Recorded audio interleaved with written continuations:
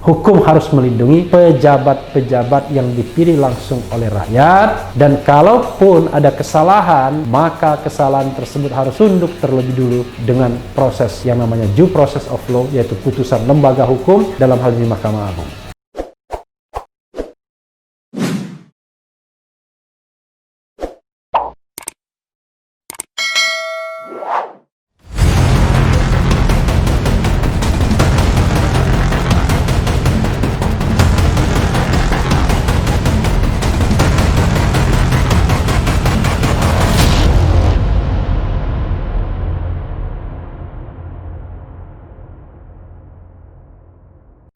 Assalamualaikum warahmatullahi wabarakatuh, Sobat RH sekalian. Jumpa lagi kita di channel yang keren ini, Keren Cadas.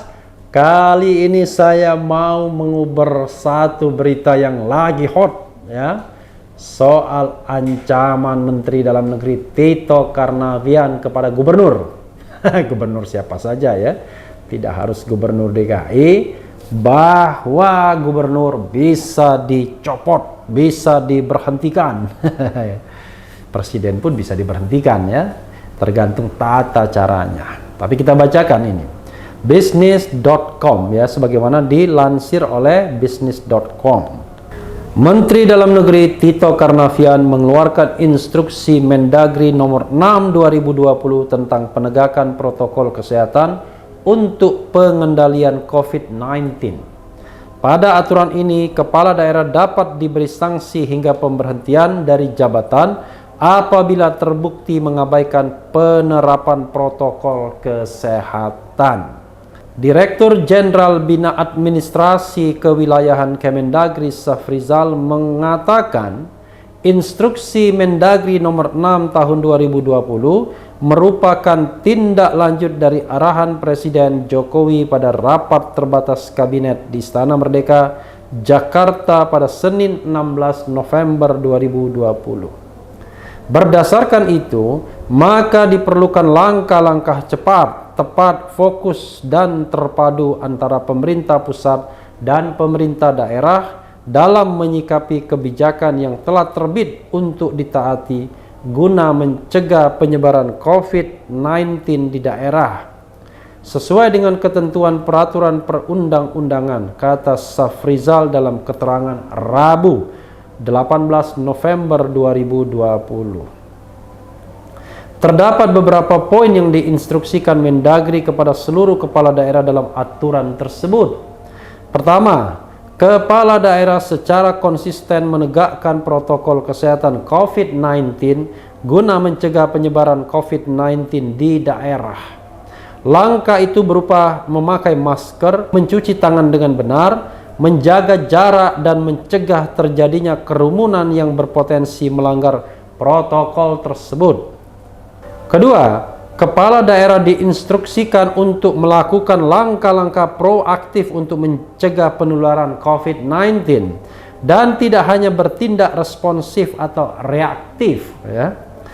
Jadi preventif juga, ya.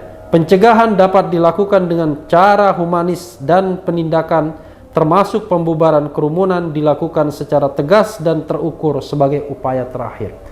Tegas tapi terukur, ya.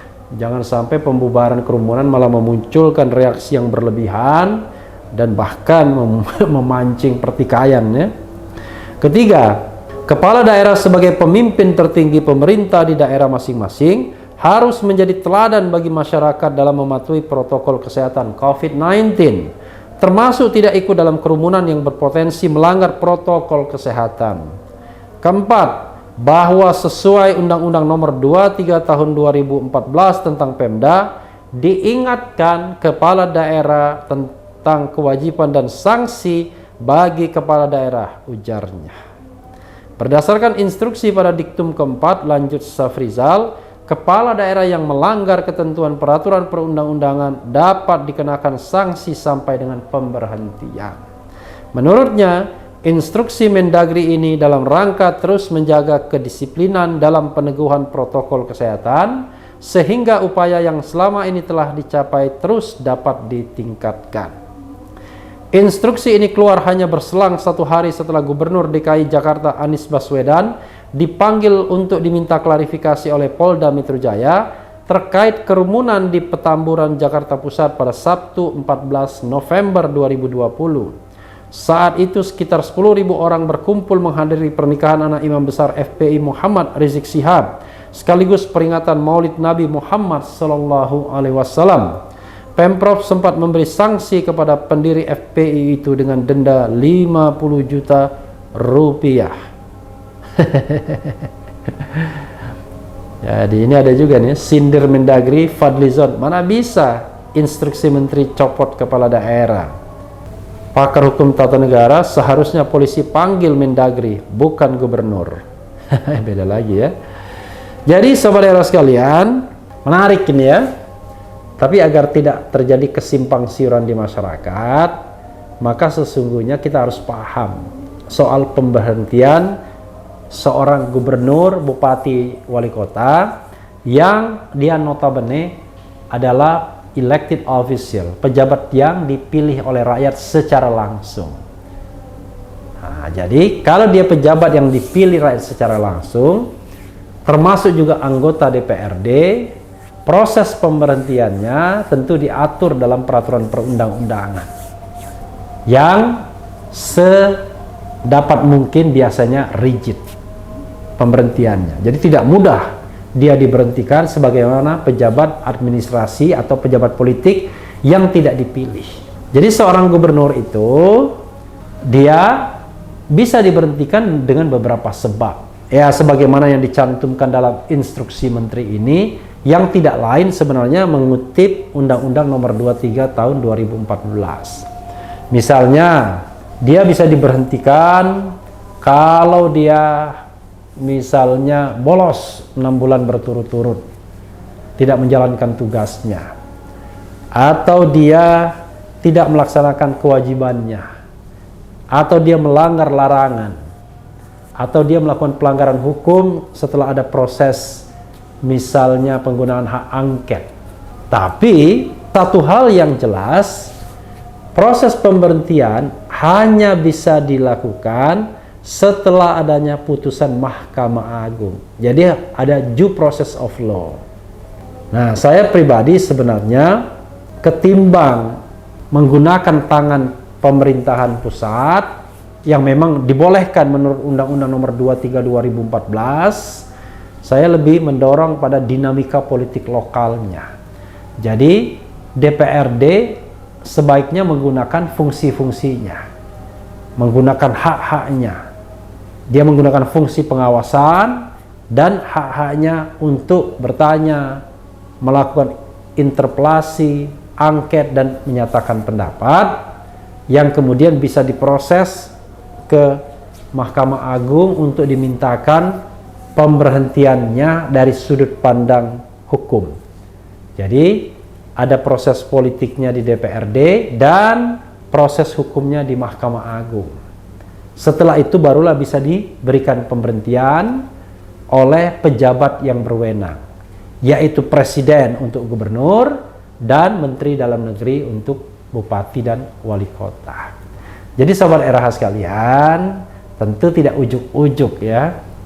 Jadi tentu bukan instruksi menteri ini yang dapat memberhentikan seorang gubernur, tapi yang bisa memberhentikan seorang gubernur adalah sebuah proses politik di DPRD dan proses hukum di Mahkamah Agung.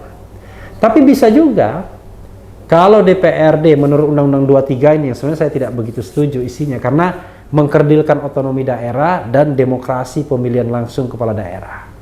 Kalau DPRD tidak menggunakan hak-haknya misalnya, padahal ada keyakinan, mungkin ada laporan bahwa kepala daerah sudah melakukan pelanggaran, tidak melaksanakan kewajibannya misalnya, melanggar larangan-larangan misalnya, maka pemerintah pusat bisa meminta klarifikasi. Dan kalau hasil klarifikasi itu menimbulkan keyakinan dari pemerintah pusat bahwa kepala daerah, misalnya let's say gubernur, sudah melakukan misalnya pelanggaran, tidak melaksanakan kewajibannya, misalnya juga melanggar larangan, maka temuan itu bisa disampaikan kepada Mahkamah Agung untuk dimintakan putusan. Putusan tersebutlah yang bisa digunakan untuk memproses pemberhentian seorang kepala daerah. Jadi sobat era sekalian, sekali lagi kalau kita membaca instruksi menteri itu tidak ada kaitannya bahwa seolah-olah menteri dalam negeri bisa memberhentikan seorang gubernur atau presiden bisa langsung memberhentikan gubernur. Tidak begitu. Proses pemberhentian harus tetap dengan mengikuti due process of law. Kalau itu ada kaitannya dengan yang saya katakan tadi, yaitu tidak melaksanakan kewajibannya atau melanggar larangan-larangannya. Ya, let's say dalam hal ini ada aturan mengenai COVID-19 dan ada kepala daerah yang dianggap misalnya tidak mematuhinya, bahkan melanggar, artinya dia bisa dikonstruksikan melanggar kewajiban atau dia melanggar ketentuan peraturan perundang-undangan. Dalam kondisi seperti itu ada dua track, tapi track yang utama adalah track DPRD terlebih dahulu kalau mau digunakan hak-haknya. Tapi kalau DPRD misalnya karena konstelasi politik tertentu tidak pernah mampu memproses seorang kepala daerah walaupun nyata-nyata dianggap sudah melakukan pelanggaran, dan tentu pelanggaran itu harus rasional, sesuatu pelanggaran yang memang masuk akal untuk dilakukan pemberhentian. Ya, sebagai contoh misalnya apakah proses misalnya perkawinan Najwa Shihab ya, yang bukan mata Najwa tentunya, itu cukup alasan untuk misalnya memproses pemberhentian seorang gubernur ya melalui proses politik atau proses administratif di pemerintah pusat lalu proses yuridis di Mahkamah Agung. Menurut saya terlalu berlebihan. Tapi intinya moralnya adalah memang tidak boleh ada sebuah proses pemberhentian pejabat-pejabat publik tanpa sebuah proses hukum, tanpa keputusan hukum, due process of law. Jadi tidak bisa digunakan pendekatan administratif saja untuk pejabat-pejabat politik yang dipilih oleh rakyat secara langsung, walaupun itu berada di level daerah, gubernur, bupati, dan wali kota. Apalagi sesungguhnya secara de facto, kepala daerah itu orang yang diberikan amanah secara langsung oleh rakyat, dan to some extent seorang menteri misalnya Hovifah Indar Parawansa rela meninggalkan posisinya sebagai menteri untuk bertarung di pemilihan kepala daerah. Nah, itu menunjukkan bahwa seorang menteri pun kadang-kadang dianggap tidak lebih prestisius dibandingkan seorang kepala daerah.